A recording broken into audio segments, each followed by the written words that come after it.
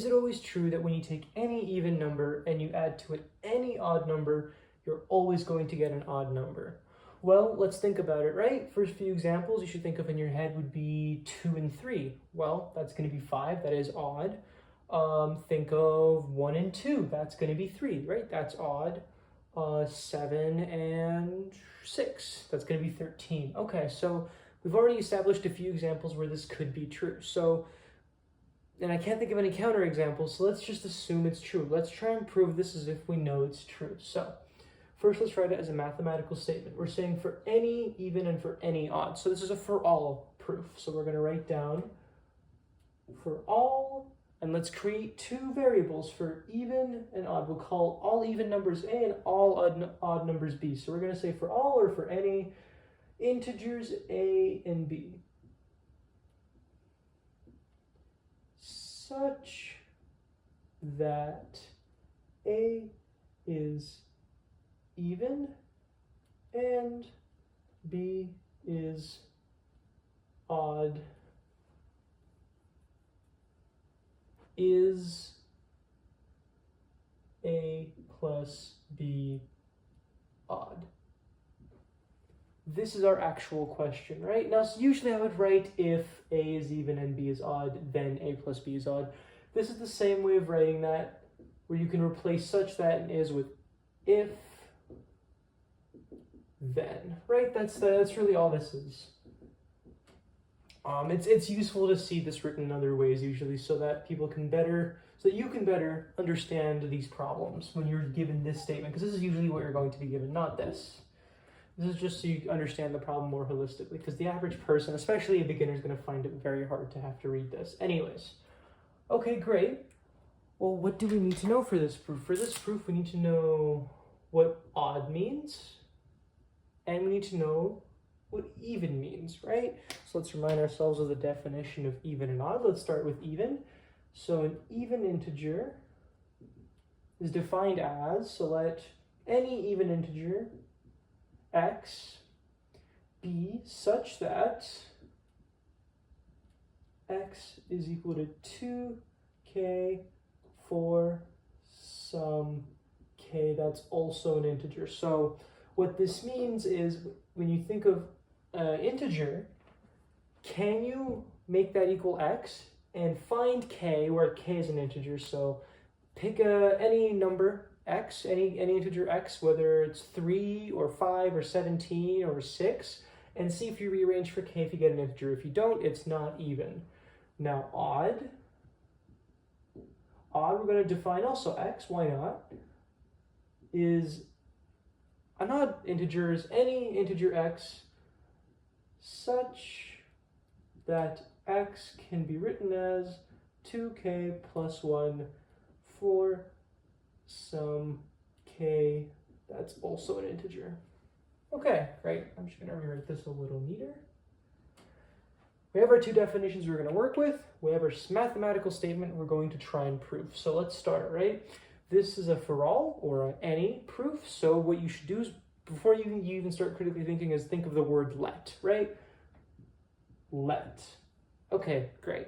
What are we letting? Well, this up here is our P statement, and this is our Q. We're saying if P, then Q. We need to suppose P and show that Q is true. So we're going to say let A and B be integers. You shouldn't automatically skip to A is even and B is odd. You should take your time. First, suppose this. Such that A is even and B is odd. Great. Now what we're going to do is we're going to define A and B a little more rigorously. We're going to say, suppose A is, we'll say 2m, and B is 2n plus 1, right? We're going to try and rigorously define our even number to be in the form of 2k, and our odd number to be in the form of 2k plus 1. We're not going to use the same variable, because then we're just going to prove consecutive numbers, right? If this was the same k, you're basically saying 2 plus 3 or 4 plus 7, right? So we're just going to define two different variables, m and n, and you have to remember when you make new variables in a proof, you have to define them as well. So we have to define m and n so that m comma n are also integers. So how do you read this? Let a and b be in the set of integers such that a is even and b is odd. Suppose a equals 2m and b equals 2n plus 1, so that m and n are also integers. Great. Now we need to show this part. We're going to start here, and we're going to try and see if we can get an odd number. So that means we have to get something in the form of 2k plus 1. So let's begin. Let's write down a plus b is equal to. Then we use our definitions of a and b. We say 2m plus 2n plus 1. Okay, fantastic. And now you think to yourself, so I've written down a and b. Is it true that when these two conditions are met, these are our two conditions, that when you do this operation, it can be odd? So is there a way to make this look like 2k plus 1? You have to think to yourself. And what you really have to look for is the ability to factor out a 2 and keep a plus 1, right? So what can we see here? Well, we see the m and the n both have a 2. So what you can do is you can factor out a 2 only for those. So what you're going to get is 2 open bracket m plus n close bracket plus 1, right? We left the 1 out of our factorization here. Okay, great. Well, now you can immediately skip to the point where you notice, hey, this variable, we can just say that's our x, and then this here is our k, so we actually got 2 times k plus 1, x is equal to 2k. Great, we got odd. We showed a plus b is odd. Now we have to make sure we explain this to the reader, so we have to say where m plus n is an integer. Again, I'm taking for granted that we're assuming two integers added together is always going to be an integer.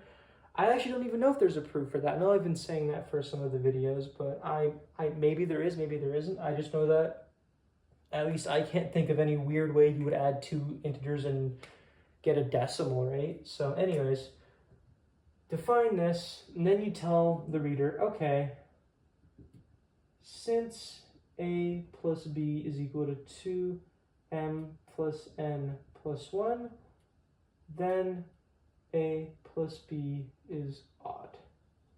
And that's really enough. Some people are going to really argue and dispute of whether you've written enough information. So the second way you can do this is where you define m and n to be something else, right? So you can keep this the way it is. I would typically just keep my conclusion here. Most professors will do that as well because they don't see the point in pointing out the obvious. Most students should get this point, right? You should be able to understand these 3 lines or 4 lines from before.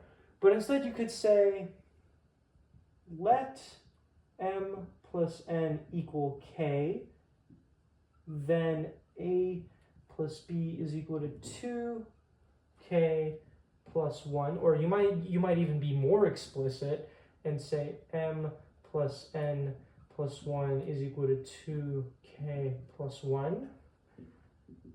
Then by definition of odd, a plus b is odd, right? And I mean, if you really need to, you can somewhere here say k is also an integer, but this really depends on how picky your marker or you are or things like that. Again, I'm still not sure if this is a better way of writing a proof or not, because it is being a lot more explicit in writing something in the form to show it's odd. So like to new people to proofs, this would be way more obvious, right? You'd be like, okay, this is odd, and I just showed a plus b is equal to this, so it has to be odd. But some people and many people are going to say, hey, creating extra variables is a waste of time. You're adding way more lines than you should, and it's kind of reductive, right? Like, you should just be able to see that this is an integer and then conclude that this is odd. But anyways, that's how you can prove that any even number added to any odd number is always going to be odd.